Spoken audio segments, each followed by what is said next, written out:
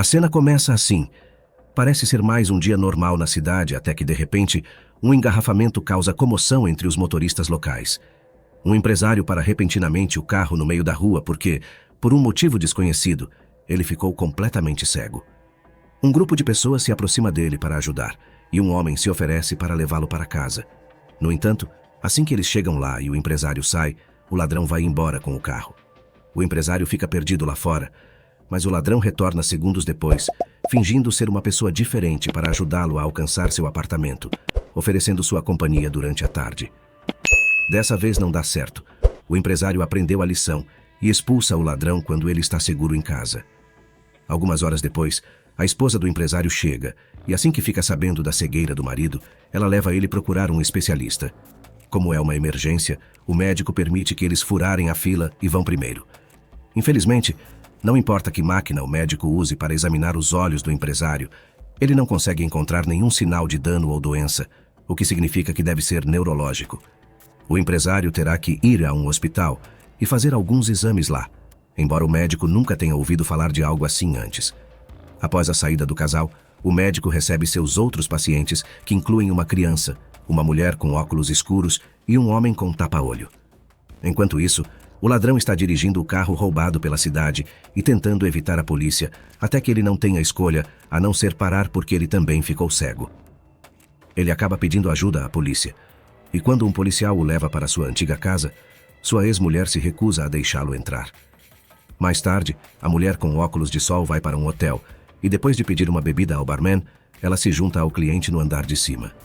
A reunião vai bem, mas o brilho é arruinado quando de repente ela começa a pirar quando sua visão também fica branca. O médico vai para casa para um lindo jantar com a esposa e tudo vai bem, até que eles acordem na manhã seguinte e ele também não consiga ver. Eles chamam o hospital para avisá-los sobre uma possível infecção e eles acreditam porque a criança também está lá, incapaz de ver também. Em breve, casos de cegueira súbita começarão a aparecer por toda parte na cidade e o governo começa a dar os primeiros passos para detê-lo. O consultório médico é fechado pelas autoridades e o próprio médico é levado para a quarentena. Sua esposa não suporta a ideia de ficar longe dele, então ela decide mentir e fingir que também é cega para ficar em quarentena com ele. O casal é levado para um asilo abandonado que está completamente vazio e nem outros médicos ficarão lá com eles. Cada ala tem telefone para contato com os guardas do lado de fora, mas só pode ser usado para emergências e cada enfermaria deve ter um representante como a única pessoa que pode utilizá-lo. Logo mais pessoas começam a chegar, como o ladrão, a mulher dos óculos de sol, o garoto e o empresário. O médico e sua esposa concordam em manter sua visão como um segredo, e ao fingir que exploraram e memorizaram o lugar quando chegaram, a esposa do médico se torna um guia para todos quando precisam de ajuda em coisas como ir ao banheiro. Durante a primeira viagem para fora da sala, o ladrão anda atrás de uma mulher com óculos escuros e fica um pouco prático demais, o que a faz responder chutando-o na perna. Seu calcanhar causa um ferimento grave que o médico e a esposa acabam enfaixando com uma camisa, porque não há kit de primeiros socorros por perto. Mais tarde, a esposa do médico não consegue dormir, pensando numa possível infecção na perna do ladrão e com medo de que ela também acorde cega. O médico tenta brincar com ela, mas ela prefere dar um passeio para lidar com suas preocupações. Na manhã seguinte, mais pessoas chegam e o empresário consegue se reunir com sua esposa enquanto o garoto lamenta que sua mãe ainda não tenha aparecido. O médico e sua esposa tentam conversar com os guardas e pedem ajuda para a perna do ladrão, mas os guardas não cooperam, apenas apontam as armas para eles e os fazem voltar para seu quarto sob ameaça. Algum tempo depois, eles recebem a primeira caixa de comida, que é tão ruim como refeitório de escola ou prisão. Também não há o suficiente. A esposa do médico tenta usar o telefone de emergência para pedir mais comida e um kit de primeiros socorros, mas ninguém atende a ligação, exceto uma secretária eletrônica onde ela deixa muitas mensagens. As semanas começam a passar e, a cada dia, mais e mais pessoas infectadas são enviadas para o asilo. A esposa do médico amarra um fio de pano entre as enfermarias como guia, e o médico é escolhido como representante da enfermaria 1, mas manter a ordem logo se torna impossível. Como todos são cegos, logo deixam de se preocupar com a arrumação e as pessoas começam a vagar sem roupa e fazendo suas necessidades no meio do corredor. O empresário tenta manter o humor conversando com sua esposa sobre sua juventude, mas sua esposa não suporta nem pensar em tempos mais felizes. Certa tarde, a esposa do médico ouve um barulho e descobre que o homem do tapa-olho tem um rádio com ele, que ouve em particular. Ela o convence a compartilhar a notícia com todos, já que todos estão desesperados para saber o que está acontecendo lá fora. O homem do tapa-olho explica que não restam muitas estações, mas ele entendeu a essência disso. Nas primeiras 24 horas, houve centenas de casos que o governo simplesmente resolveu mandar os cegos para o asilo e pedir a todos os demais que fiquem em casa. Então, o público em geral teve que observar como especialistas de todo o mundo se reuniram para realizar conferências onde eles usaram muitas palavras apenas para dizer que não sabiam o que estava acontecendo. Em breve, até os especialistas foram infectados e a doença começou a aparecer no exterior. As pessoas se cansaram de esperar em casa e tentaram sair, mas os soldados estavam de guarda e prendiam qualquer pessoa que infringisse as regras. A cidade tornou-se um caos, especialmente porque os acidentes de carro continuaram acontecendo e até os aviões começaram a cair também. Os cidadãos começaram a ficar com medo e decidiram ficar em casa. Então agora a cidade é um deserto. E o governo não está fazendo nada a respeito porque eles também são cegos. Dias depois, um enorme grupo de pessoas infectadas é levado para o asilo, e os soldados mostram o quão cruel eles se tornaram ao atirar em um homem por simplesmente sair da linha por acidente. O som do tiro provoca pânico nas pessoas, e todos correm para dentro, empurrando uns aos outros sem cuidado e até arrombando as portas. O pior é que os soldados nem vieram buscar o corpo. Esperando que eles próprios possam enterrá-lo, a esposa do médico pede uma pá, que os soldados jogam no meio do pátio sem sair de suas torres. Desde que a esposa do médico ainda finge ser cega, ela pede informações, e os soldados brincam com ela até que ela encontre a pá e mostre o dedo para eles. Enquanto isso, o médico tenta comunicar-se com os representantes das demais alas para coordenar os sepultamentos, já que mais 2 pessoas foram baleadas. Ele também quer discutir o fato de uma das enfermarias estar consumindo mais comida do que sua parte justa. O barman se cansa de ouvir o médico agir como líder e declara ele mesmo o rei da ala 3. Sua primeira ordem é que seu pupilo possa comer tudo o que quiser antes de até considerar ajudar com os corpos. Mais tarde, a esposa do médico vai ver o ladrão, que está com febre porque sua perna está com uma infecção grave. Ela tenta continuar apoiando, mas o ladrão de repente a ameaça ao revelar que sabe que ela não é cega, fazendo com que a esposa corra de volta para o marido e finalmente tenha um colapso nervoso. O ladrão não aguenta mais a dor e espera que as coisas acabem naturalmente. É apenas um exercício de agonia. Então ele arrasta o corpo para fora e deixa os soldados atirarem nele. A esposa do médico se sente culpada e começa a se perguntar se deveria contar a todos a verdade, mas o médico a proíbe de fazer isso. Ele também expressa sua preocupação com o fato de que o relacionamento deles se tornou mais parecido com o de uma enfermeira e um paciente, em vez de um casamento. Algum tempo depois, o barman consegue encontrar a secretaria administrativa do asilo com a ajuda do contador, um colega da ala 3 que é cego desde que nasceu, o que significa que ele tem uma melhor compreensão de como viver assim. Usando o sistema de PA, o barman anuncia que aceitará o controle de todo o asilo como seu rei. E a primeira nova regra é que as pessoas terão que pagar por sua comida. Esta regra não é bem recebida, e logo há um caos perto do armazém de alimentos, pois todos lutam para ter acesso. Então o barman revela seu cartão secreto. Ele conseguiu ficar com uma arma quando foi levado para o asilo. Com um tiro de advertência, ele manda todos voltarem e toma controle do armazenamento de alimentos, anunciando que ficarão vigiando o dia todo e ameaçando atirar em qualquer um que tente roubar. Algumas pessoas consideram não jogar junto, mas é muito perigoso quando o inimigo tem uma arma.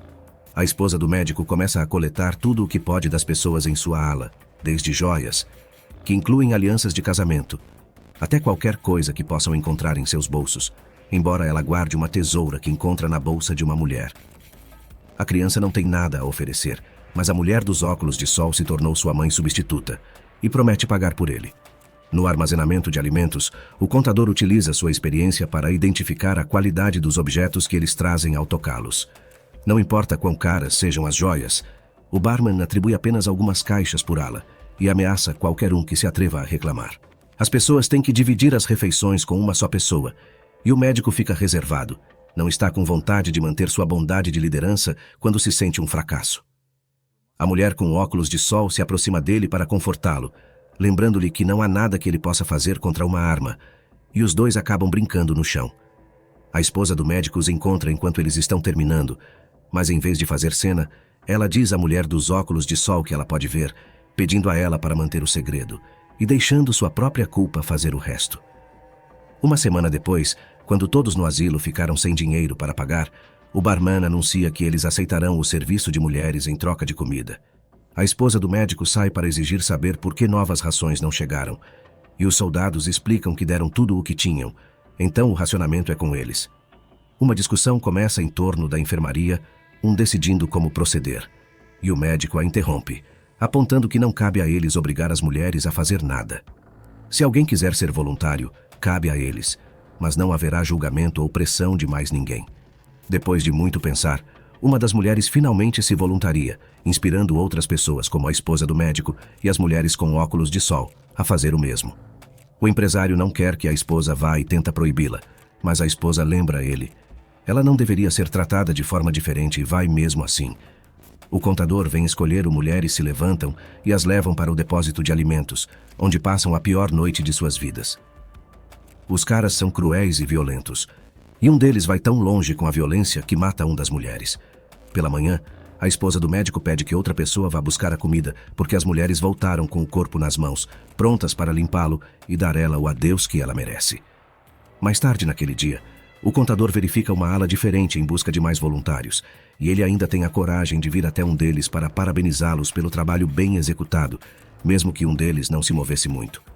Parece que eles não sabem que uma das mulheres estava morta e eles a usaram mesmo assim, então a esposa do médico o informa disso, deixando-o sem palavras. Toda essa provocação finalmente faz a esposa do médico explodir e leva a tesoura com ela para o depósito, onde todos são distraídos pelas mulheres da ala 2. Sem hesitação, ela mata o barman com a tesoura antes de arrastar as meninas com ela, enquanto o contador percebe o que aconteceu e recupera a arma, mas nenhum de seus tiros acerta. Na sua saída, a esposa do médico faz seu próprio anúncio. Se não liberarem a comida, mais homens morrerão. Agora é ela quem vai cobrar. O médico teme que isso dê início a uma guerra, e ele está certo. A enfermaria 3 barrica a área e ainda não libera a comida. A ala 1 se prepara para lutar e recuperar o que é deles. Mas antes que possam fazer qualquer coisa, uma das mulheres decide tirar vingança. Acontece que ela manteve um isqueiro escondido no bolso todo esse tempo e o usa para esgueirar-se para a ala 3 e iniciar um incêndio. As chamas se espalham rapidamente, matando muitos homens, e antes que o pânico tome conta, a esposa do médico os guia para fora do prédio.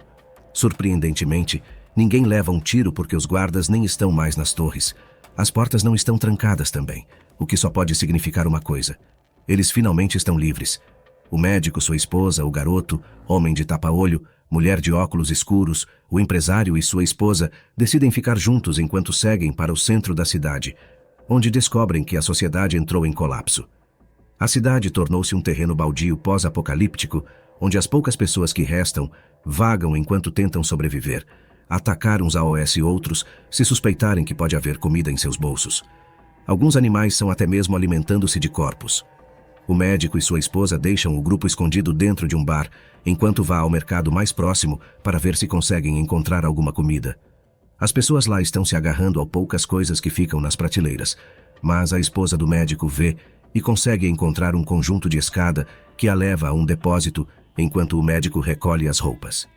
Depois de encher alguns sacos, a esposa tenta sair, mas as pessoas ouvem o barulho que as coisas em suas malas fazem e pule sobre ela para roubá-la.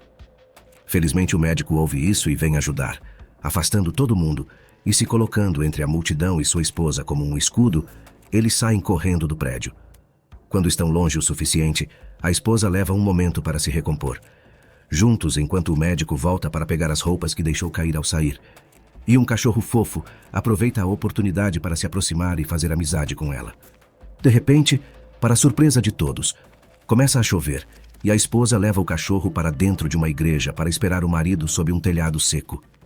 A igreja está incrivelmente lotada e todas as estátuas estão com os olhos tapados. No entanto, um sacerdote não para de promover a palavra de Deus. Lá fora, o grupo come algumas rações dentro do bar e decide permanecer na noite lá para descansar adequadamente.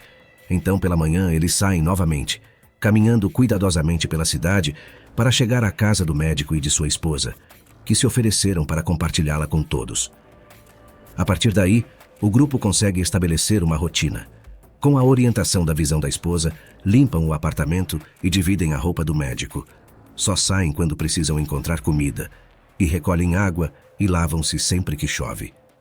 O homem do tapa-olho deseja morar com eles para sempre porque eles se tornaram uma família, e a esposa do empresário finalmente se reconecta com seu marido, compartilhando também algumas lembranças de sua juventude. O médico e sua esposa também podem reconectar, e agora que ela não está mais sobrecarregada de estresse, ela aceita ser brincalhona com ele novamente. Semanas depois, todos estavam se preparando para o café da manhã, quando o empresário de repente começa a gritar. Da mesma forma abrupta que a cegueira lhe chegou, agora passou e ele pode ver de novo. Todos começam a comemorar quando entendem que seus corpos podem lutar contra a doença e as cegueiras são temporárias, o que significa que a esperança está de volta à mesa para o seu futuro.